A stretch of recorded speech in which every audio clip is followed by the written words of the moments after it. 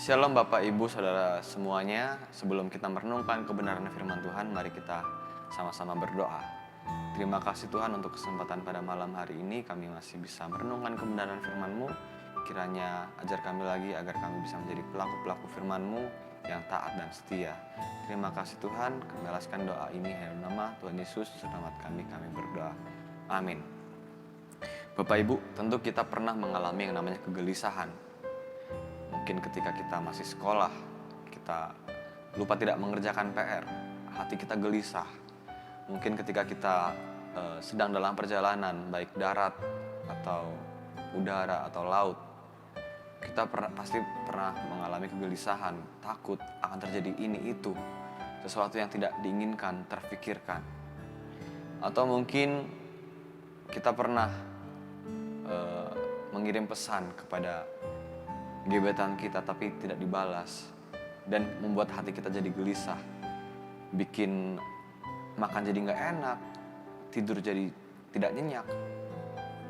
Dan juga biasanya kalau kita sudah gelisah seperti itu, mau ngapa-ngapain juga susah sekali untuk memotivasi untuk melakukan apapun.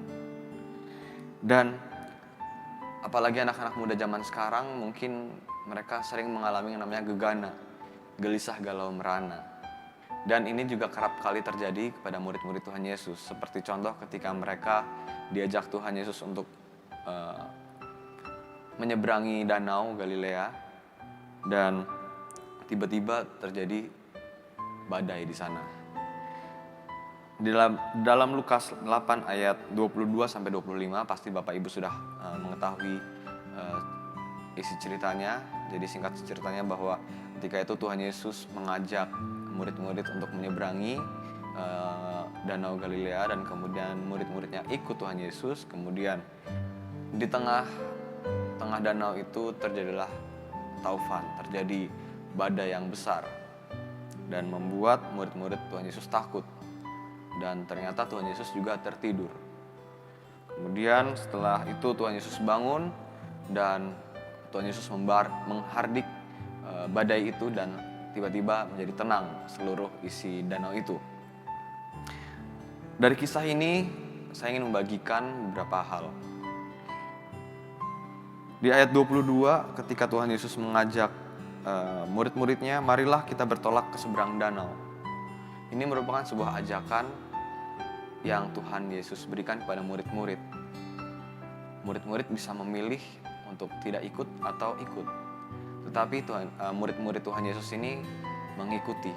Mereka taat kepada Tuhan untuk menyeberangi danau. Akhirnya menyeberangi, malah terjadi badai.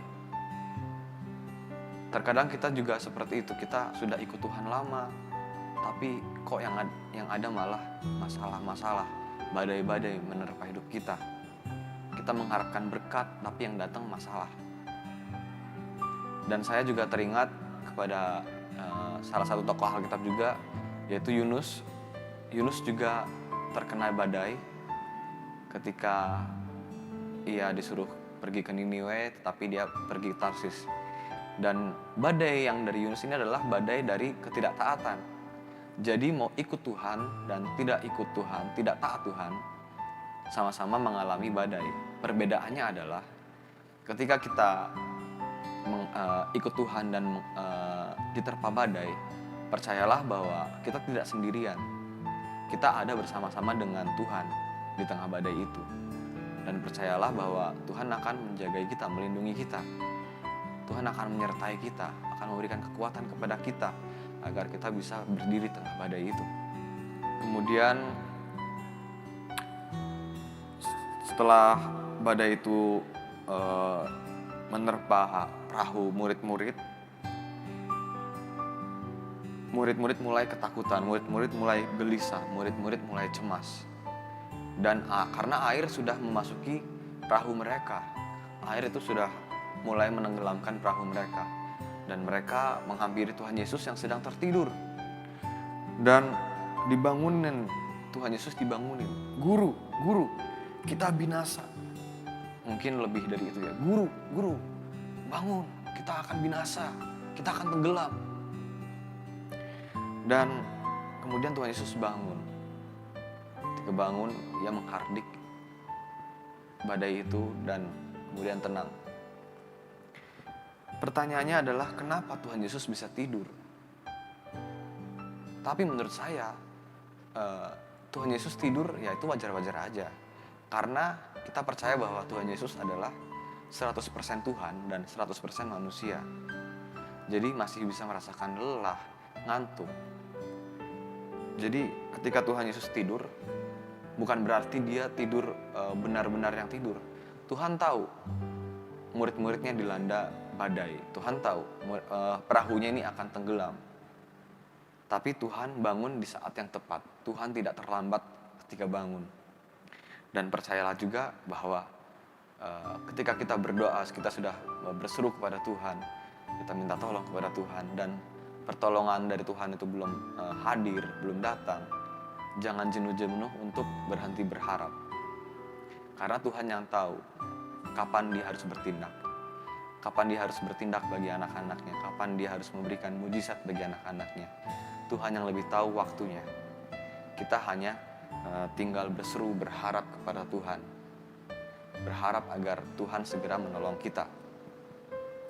Dan kemudian setelah badai itu tenang, Tuhan Yesus bukannya meminta maaf kepada murid-murid yang mungkin, maaf ya tadi saya ketiduran, maaf tadi saya kelelahan dalam perjalanan makanya saya tidur. Tidak seperti itu. Tuhan Yesus justru marah.